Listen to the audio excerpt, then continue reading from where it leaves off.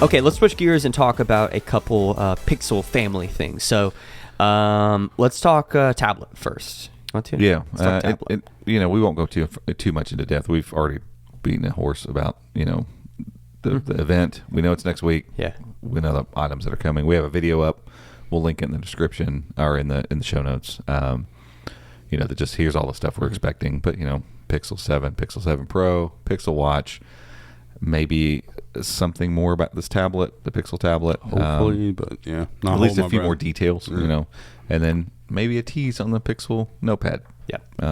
They're saying Q3 or Q1 likely is what the production window looks like. That's about the same amount of time out from this event as we are now from I/O when they teased all the other stuff. So could happen, might not.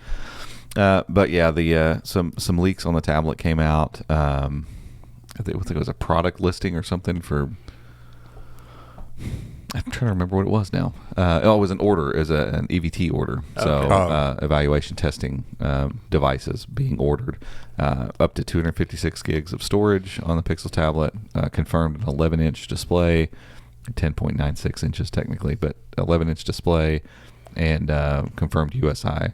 There were already rumors about USI pen support, but confirmed there are models with USI support. So we start taking those things into consideration when some of the other specs leak, like Gen 1 tensor, small storage, small RAM, that kind of stuff. It was like, this is going to be a Nest Hub that you can pick up, just take a around. little around the house device, poking about, kind of thing. Poking about device. But I'm like, that much memory, yeah, and USI pen on a Nest Hub, like this might be a legit tablet. Yeah, and maybe they're just going to offer options. Like if you want the base one, it's great for tablet and great for home. But if you want to have a bigger tablet that you can take notes on, and it'd be really fun to see.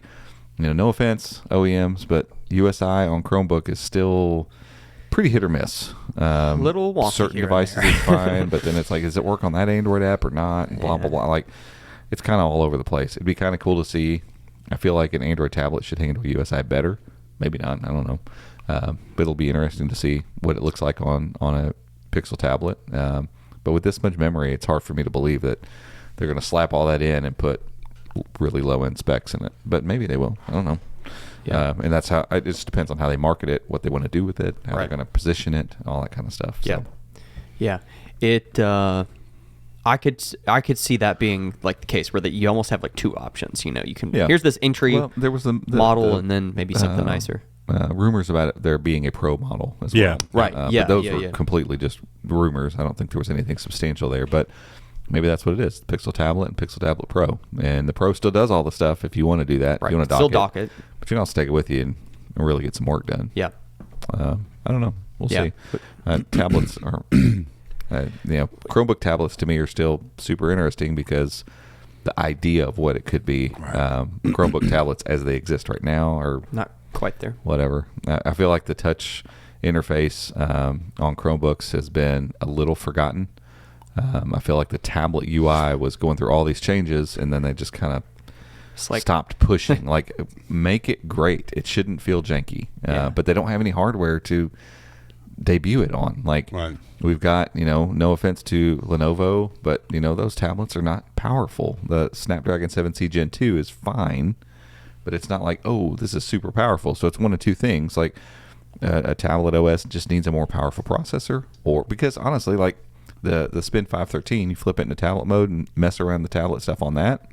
It's actually really nice. Like, it works, but Chrome OS, I feel like, has too much overhead for the tablet UI at this point. Right. Give me a Snapdragon 8 Gen whatever. It'll probably run fine. Yeah, or the latest, greatest MediaTek. But I feel like if the desktop OS doesn't struggle, well, I don't know. Maybe it's just a perception thing. Like, with the desktop and you're moving around with more static things, you don't worry too much about an animation stutter here or there. But when you're dragging things around with your finger on the screen, it's horrible. You're used to doing it on a phone that has got really high refresh rates, and it's got super smooth faster processor, and I need those elements to move when I when I move them across the screen, and so little stutters here and there are really, really evident and noticeable.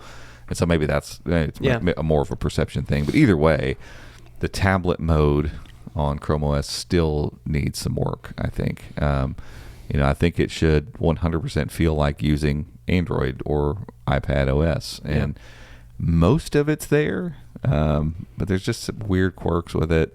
Sometimes the gestures don't respond the way they need to, and so that makes the whole tablet thing a little bit worse. But it doesn't change the fact that in my brain, like, that makes Chrome OS makes the best tablet OS, because it's like, if I have this great tablet experience that I would really enjoy, and then I can dock it and use it as a full desktop, like, that's the best possible scenario.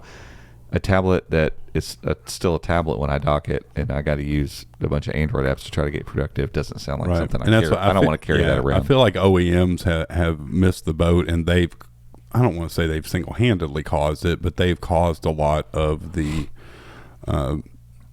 slow adoption of tablets, because they've come out just kind of dipping a toe in the water, and it's like, you've created a subpar product because you've not been willing to go all in. I'm like, I understand that sometimes they make things and it's a swing and a miss. One of the first, what was the first Snapdragon Windows device? It was hot garbage. Oh, yeah. Well, they're still most of them. But if you're going to do it all out, and then just, and I know there's a lot of money and R&D involved in that, but if you're going to do it all out. What Chrome OS is already capable of. You produce dozens of different Chromebooks. You know how big of an ecosystem that is. If you're going to produce a Chrome OS tablet, make it really, really great.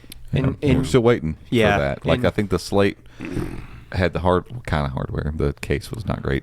Had the hardware to do that thing. Chrome OS was not ready for it. So it just didn't line up. But yeah, a Slate with a better version of a setup more like what you get with the Duet hardware-wise. An improved processor would be awesome. Have you were you using the Slate for something like not too long ago? Did you update it and stuff? Something. Yeah, it's probably a couple versions behind now. Yeah, and I think our keyboard is working, but the enter key is a little weird on it. Like it didn't age well. It was not missing and not. It was just stuck. It was the rebound wasn't there. It was just like flat. It's like felt like there wasn't a. Joe threw it off the roof. I may have dropped it a few times. So but I'm like, I could. Somebody on our Patreon said, like, y'all should, what's it like using it now? This many years after, and I was like, I could do that, because I could use it as a tablet, and then I could take a little keyboard with me. Because we've got a case for it, I think, that's like a folio case. Yes, that's just a stand. Yeah, that's maybe take that and keep the keyboard. Is it a Belkin case or something over there? I forget. Do something like that, and at the desk I can dock it and just use a keyboard. And I might have a gap in review units here shortly. That could be an might try that. Just to see, because it's even if an 8th gen Core i5, I think is what's in it. It's far better hardware than anything we have in the tablet market right now. So we need that one of those big MediaTeks in a tablet. Oh, that'd be so cool. Don't see any of them on the horizon right now. I feel like manufacturers have become disillusioned a little bit with Chrome OS tablets right now, which is a shame, because I feel like there's a market there. It just hasn't been captured. The Pixel tablet, Android tablet, all of these Android tablets still have like the lesser version of Chrome, right? Like, it's not the full desktop Chrome. Yeah, so I couldn't, like, some of the web development stuff I had to do because we had some site issues this week.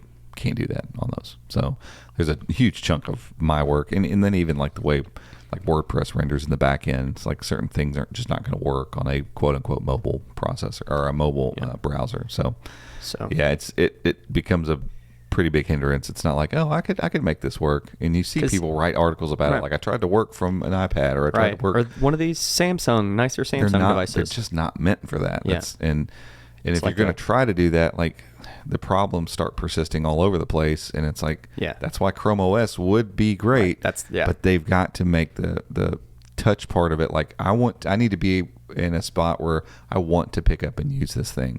But that also means, like, Android games need to work, and Android apps need to work without question.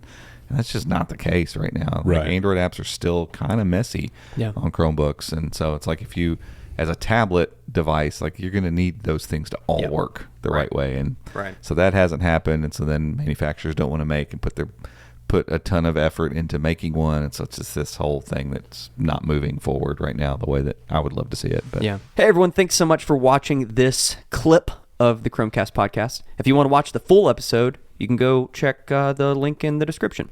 It's down there. It's down there. It's the full episode. This is just a little Scroll snack. down. If we're frisky, Scroll there down. might be a button up there. Right. I don't know. I don't know. You never know. Probably not. Andy Cam? Andrew's like, nah. Andrew's like, nah, not going to do that. All right. But if you like this, give us a thumbs up. Go in there, click subscribe, and click the notification bell so that you get an alert when we put out another clip of the Chromecast podcast. Okay, catch you in the next one. See you.